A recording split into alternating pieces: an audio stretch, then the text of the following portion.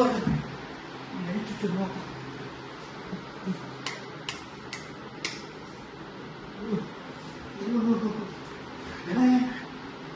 ഉണ്ടാക്കും എന്നെ ഭയപ്പെടുത്താൻ എലിയണക്ക് ആയി കൊണ്ടിട്ട് ആളായി ഒന്നുമില്ല കുഞ്ഞുങ്ങളെ. ഇത് ഞാൻ വിളിച്ചു പോയത് പേടിച്ചു പോയതാ. എന്റെ ദേഹത്ത് വന്ന് വീണ് ഒരു പുണ്ണാക്കായിരുന്നു. ഞാൻ അറിഞ്ഞു അങ്ങനെ പറ്റിയതാ. എന്തോ അവിടെ ഒരു ഒരു ശബ്ദം കേൾക്കുന്നേ. ടിവിയോ? ടിവി ആണെങ്കിൽ അത് കൊണ്ടുപോയി ചികിത്സിക്കണ്ടായോ? അതല്ലെന്നു. ടിവി മെക്കാനിക്കലിനെ കൊണ്ട് കാണിക്കണം അങ്ങനെയാണെങ്കിൽ. അല്ലാതെ പിന്നെ ഞാനൊന്ന് കിടന്നു പറഞ്ഞു.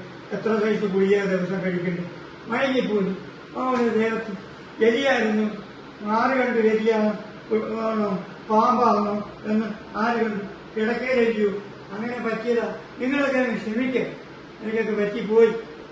ക്ഷമിക്കൂ മക്കളെ, ക്ഷമിക്കേ.